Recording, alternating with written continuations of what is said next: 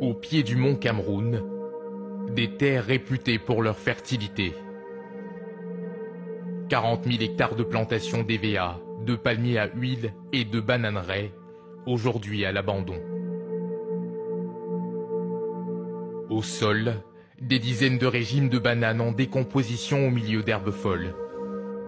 Des plantations appartenant à la Cameroun Development Corporation, l'employeur de John. Un des rares ouvriers agricoles à avoir accepté de nous parler ici, à condition de rester anonyme. Car les salariés de la CDC, comme lui, sont ciblés par les séparatistes anglophones, parce qu'ils travaillent pour cette société d'État. John a ainsi eu l'index tranché à la machette par des séparatistes. Ils m'ont dit qu'ils n'allaient pas me tuer, mais qu'ils allaient me laisser une marque, quelque chose que je n'oublierai jamais. J'ai un doigt de la main gauche qui a été infecté par un panari il y a plusieurs années de ça. Alors je leur ai proposé qu'ils me le coupent. Mais ils m'ont dit non, tu vas garder cette cicatrice et on va t'en faire une autre. Ils m'ont fait tendre la main droite et ils ont tranché l'index. Ces hommes armés me disaient « Pourquoi tu continues de travailler ici alors que tu n'es même plus payé? L'argent que tu leur fais gagner est utilisé par le gouvernement pour acheter des armes, qu'ils utilisent ensuite pour nous tuer. » À 300 mètres, voici ce qui reste de l'usine où étaient empaquetées chaque jour 70 tonnes de bananes destinées à l'exportation. Une usine partie en fumée, brûlée par les sécessionnistes sous les yeux de Nicolas. C'est un des responsables du site qui veut rester anonyme par peur des représailles, un rescapé de l'attaque. 47 travailleurs ont été grièvement blessés. Certains ont eu les poignets presque entièrement tranchés. Et puis l'atelier d'emballage a été brûlé. C'est une situation très triste, parce qu'ici c'était mon gagne-pain. Désormais, on ne peut plus travailler. Pas de salaire, pas d'argent.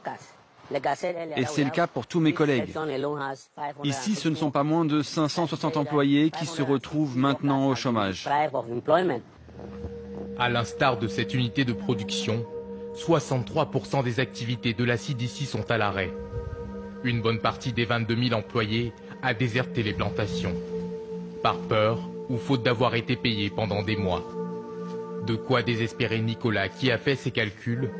Pour lui, la CDC doit sans attendre réhabiliter au moins 40 000 hectares de bananeraies si elle veut espérer survivre. À mesure que cette crise empire, les dommages causés à nos activités ne cessent de s'aggraver. Maintenant, on est au point où on va devoir tout recommencer, comme si on repartait de zéro et qu'on démarrait une nouvelle plantation. De nouvelles plantations à condition que la sécurité revienne dans les régions anglophones du Cameroun. À quelques kilomètres, la principale ville, Limbe, sous haute surveillance de l'armée. La ville abrite le siège de la CDC. Son patron scrute l'horizon avec inquiétude. Il en est maintenant à espérer un miracle pour sauver l'entreprise et éviter un drame social. Sur son bureau, les derniers chiffres alarmants de l'activité, à peine 7 sites fonctionnels sur 29 et des pertes déjà évaluées à plus de 53 millions d'euros. Nous avons enduré des pertes financières énormes. Pour vous donner une estimation très prudente de notre manque à gagner, on parle d'environ 53 millions d'euros, au bas mot. Alors même si la sécurité revient, notre entreprise a besoin d'au moins 46 millions d'euros pour survivre. Si nous n'avons pas accès à ces financements, nous ne pourrons pas continuer nos opérations. Le retour de la sécurité, une hypothétique planche de salut pour la CDC. Le deuxième employeur du Cameroun après l'État, victime de la guerre dans les régions anglophones. Un conflit qui aurait déjà fait perdre plus de 460 millions d'euros à l'économie du pays, d'après le patronat camerounais. Une crise toujours sans issue politique à l'horizon.